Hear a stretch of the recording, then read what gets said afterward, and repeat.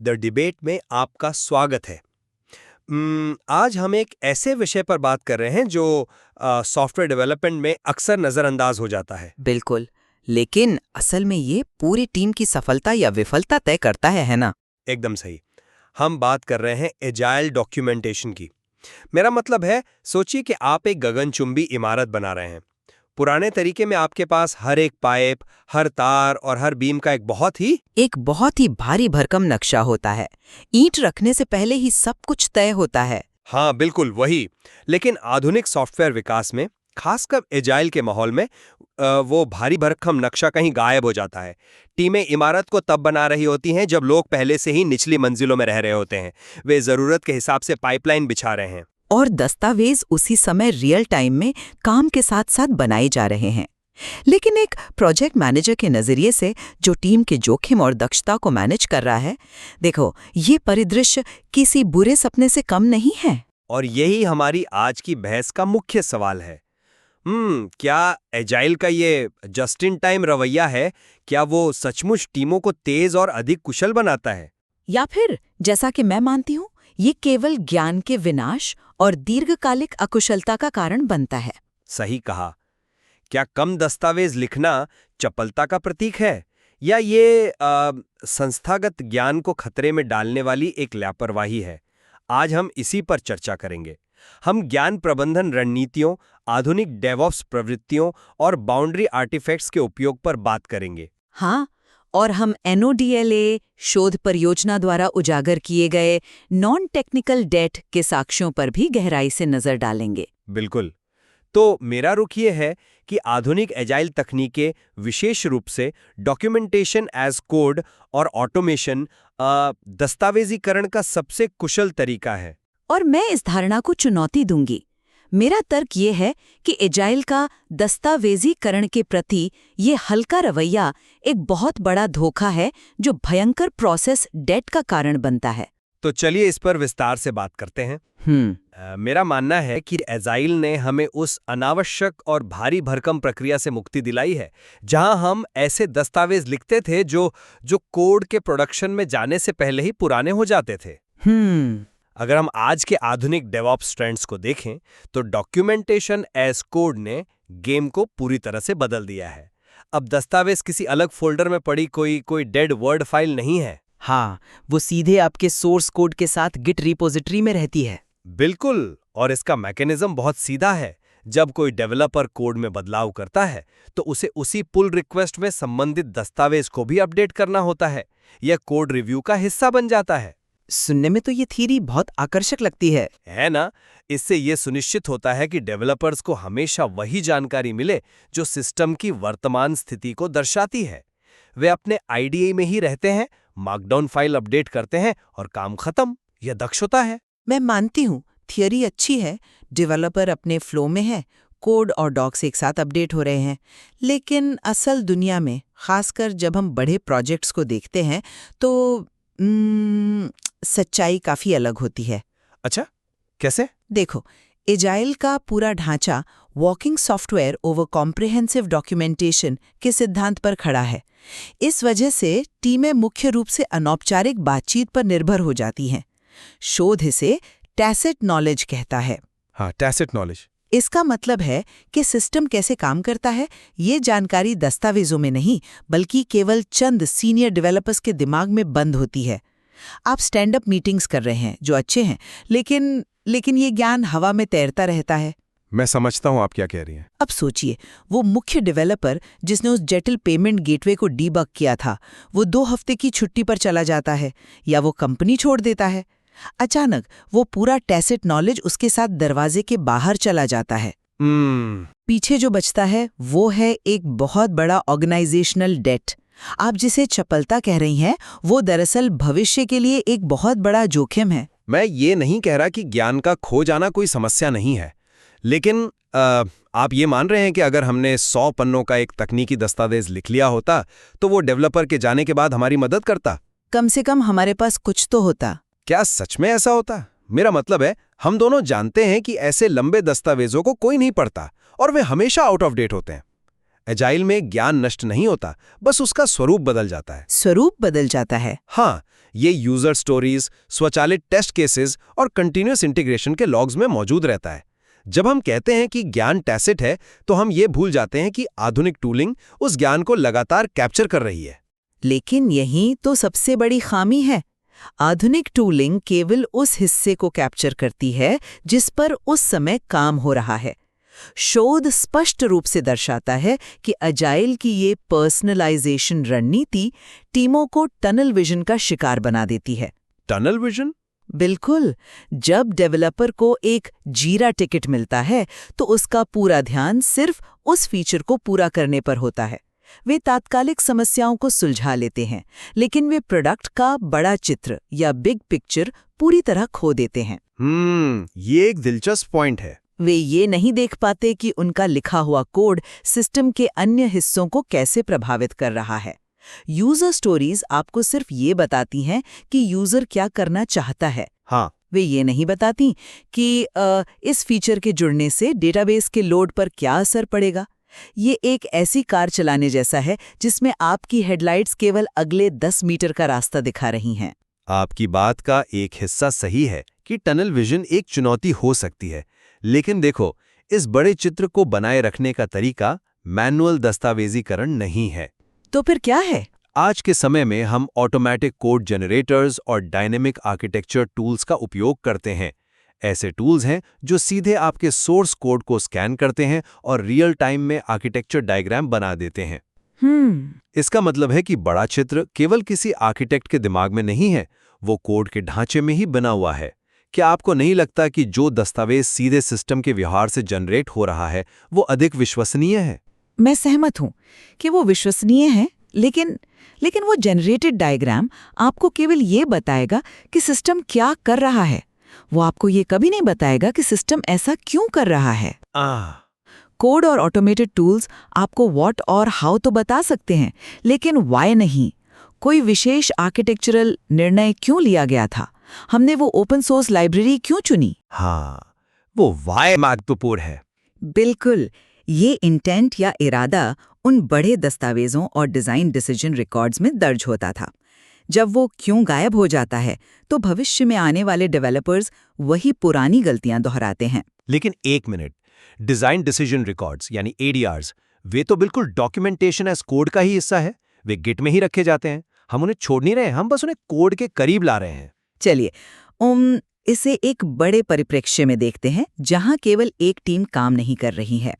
जब हम cross team synchronisation की बात करते हैं तो बाउंड्री आर्टिफैक्ट्स की भूमिका बहुत महत्वपूर्ण हो जाती है। हाँ, बाउंड्री आर्टिफैक्ट्स, जो कॉन्ट्रैक्ट्स दो अलग-अलग टीमों को जोड़ते हैं। जैसे टीम A पेमेंट सर्विस बना रही है और टीम B इन्वेंट्री सर्विस। उन दोनों के बीच संवाद का जरिया एक API कॉन्ट्रैक्ट है। सही है। जस्ट इन टाइम बनाए जाते हैं तो टीमों के बीच एक गहरा अविश्वास पैदा होता है। अविश्वास? बिल्कुल। अगर टीम A अपना API बदल देती है और टीम B को सही समय पर अपडेटेड दस्तावेज नहीं मिलता तो प्रोडक्शन टूट जाता है। डेवलपर्स सोचने लगते हैं क्या ये जानकारी सही है, और वे वर्क अराउंड्स बनाने लगते हैं। वे अपनी खुद की बैकअप स्क्रिप्ट्स लिखते हैं। ये प्रयासों का भयंकर दोहराव है। ये दक्षता नहीं है, ये अराजकता है। देखो, वर्कअराउंड्स तब बनते हैं जब दस्तावेज स्थिर होते हैं और टीमों के बीच संवाद नहीं होता। लेकिन कंटिन्यूअस और कोलैबोरेटिव डॉक्यूमेंटेशन इसी भरोसे के संकट को हल करने के लिए बना है। कैसे? आपने API कॉन्ट्रैक्ट का बहुत अच्छा उदाहरण दिया। आधुनिक डेवऑप्स में वो API कॉन्ट्रैक्ट कोई साधारण टेक्स्ट फाइल नहीं है, वो एक एग्जीक्यूटेबल आर्टिफैक्ट है। अगर टीम A अपना API बदलती है तो CI/CD पाइपलाइन टीम B के ऑटोमेटेड टेस्ट को ट्रिगर कर देती है। हाँ, मैं जानती हूँ, लेकिन अगर बदलाव से कुछ टूटता है तो कोड डिप्लॉय ही नहीं होता। दस्तावेज और कोड एक ही सच्चाई के दो पहलू बन जाते हैं। इसे आप एक साझा बगीचे की तरह सोच सकती हैं। जब ओनरशिप बंटी होती है तो वे लगातार उस बगीचे को संवारते हैं। साझा बगीचा सुनने में बहुत सुंदर रूपक है, लेकिन मानवीय मनोविज्ञान और कॉर्पोरेट वास्तविकताएं अलग होती हैं। अर्थशास्त्र में एक सिद्धांत है, ट्रेजेडी ऑफ द कॉमन्स। अच्छा। हाँ, जब कोई चीज सबकी होती है तो वो असल में किसी की नहीं होती। अगर हर डेवलपर उस साझा बगीचे का माली है तो अंततः कोई भी उसमें से खरपतवार नहीं निकालता। कलेक्टिव ओनरशिप्स अक्सर नो ओनरशिप में बदल जाती है। मैं इससे पूरी तरह सहमत नहीं हूँ। और इसी बात से मेरा सबसे अहम तर्क जुड़ता है, नॉन टेक्निकल डेप्ट और डेवलपर्स का मनोबल। NODLA शोध परियोजना ने स्वीडन में बड़े पैमाने पर एजाइल विकास का एक अध्ययन किया। हाँ, मैंने वो शोध पढ़ा है। उन्होंने 1900 डेवलपर्स का सर्वे किया और पाया कि अनुपयुक्त प्रक्रियाएं और स्पष्ट भूमिकाओं की कमी सीधा प्रोसेस डेप्ट पैदा करती हैं। और यह कोई छोटी बात नहीं है, यह डेवलपर्स की जॉब सैटिस्फैक्शन में 33.8% भिन्नता का कारण बनती है। यह एक बड़ा आंकड़ा है, मैं मानता हूँ। 1/3 असंतोष सिर्फ इसलिए है क्योंकि प्रक्रियाएं स्पष्ट नहीं है। जब एक डेवलपर को रात के 2 बजे कोई गंभीर बग फिक्स करना होता है और वो 4 घंटे सिर्फ स्लैक चैनल्स पर यह खोजने में लगा देता है कि अमुक कोड किसने लिखा था, तो वो निराश होता है। बिल्कुल, कोई भी निराश होगा। फ्लेक्सिबिलिटी के नाम पर संरचना को छोड़ना टीम के मनोबल को बुरी तरह तोड़ रहा है। जानकारी ढूंढना कोड लिखने से ज्यादा मुश्किल हो गया है। मैं इस 33.8% वाले आंकड़े को पूरी गंभीरता से लेता हूँ और मैं बिल्कुल सहमत हूं कि जब आप नहीं जानते कि सही जानकारी कहां मिलेगी तो हताशा पैदा होती है। रात के 2 बजे स्लैक पर खोजना निश्चित रूप से प्रोसेस डेप्थ का लक्षण है। बिल्कुल। लेकिन मेरा तर्क ये है कि इसका कारण एजाइल का हल्का रवैया नहीं है। इसका कारण एजाइल को गलत तरीके से आधे अधूरे मन से लागू करना है। तो सही तरीका क्या है? इसका समाधान ये नहीं है कि हम डेवलपर्स को वापस लंबे चौड़े दस्तावेज लिखने के बोझ तले दबा दें। इसका असली समाधान उपकरणों का स्मार्ट इस्तेमाल और सही गार्डरेल्स बनाना। उसी NODLA शोध में एक समाधान भी था, प्रोडक्ट गार्डियन या सिक्योरिटी मास्टर बनाना। हाँ, विशेष भूमिकाएं। ये वे लोग होते हैं जो टीम के भीतर कोडिंग स्टैंडर्ड्स और दस्तावेजीकरण की गुणवत्ता को बनाए रखते हैं।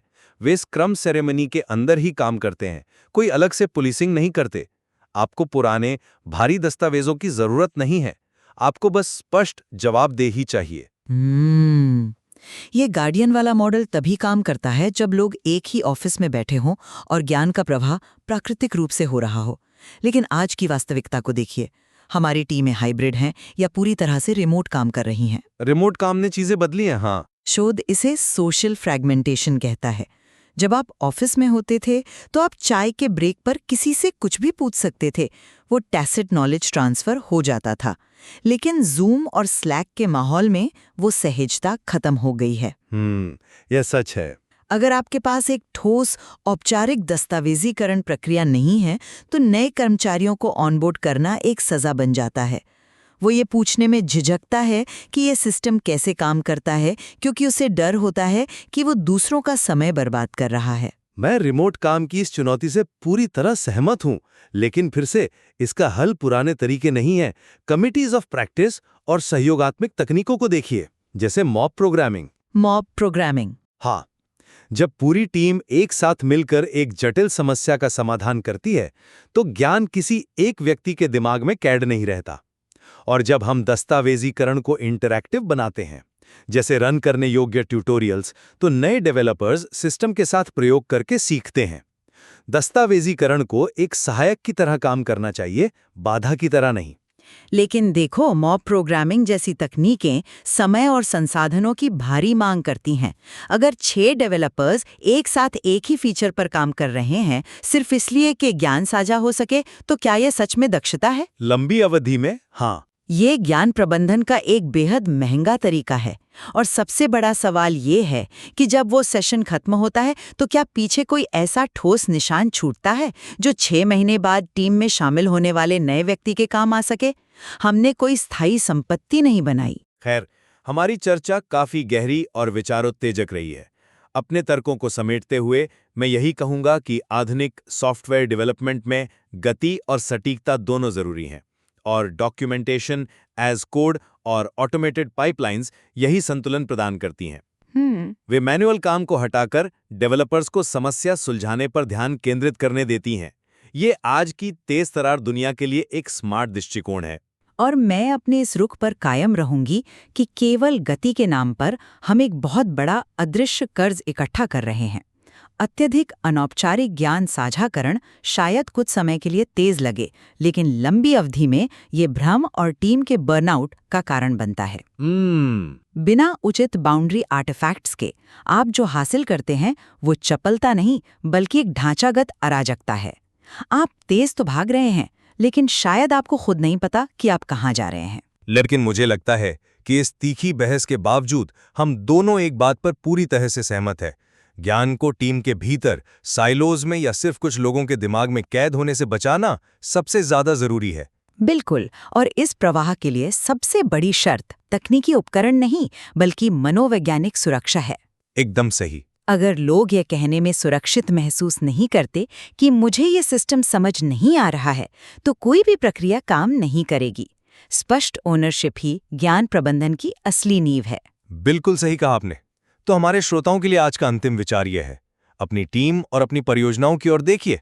जिस तरह से आप जानकारी को सहेज रहे हैं, क्या वो एक संपत्ति है या वो एक अदृश्य कर्ज है जो आपकी इमारत को खोखला कर रहा है? हाँ, क्या आपकी टीम उस इमारत में बिना नक्शे के आगे बढ़ रही है जहां किसी को नहीं पता कि अगला पाइप कहां से निकलेगा? यह एक ऐसा सवाल है जिसका जवाब हर आधुनिक तकनीकी टीम को ढूंढना ही होगा।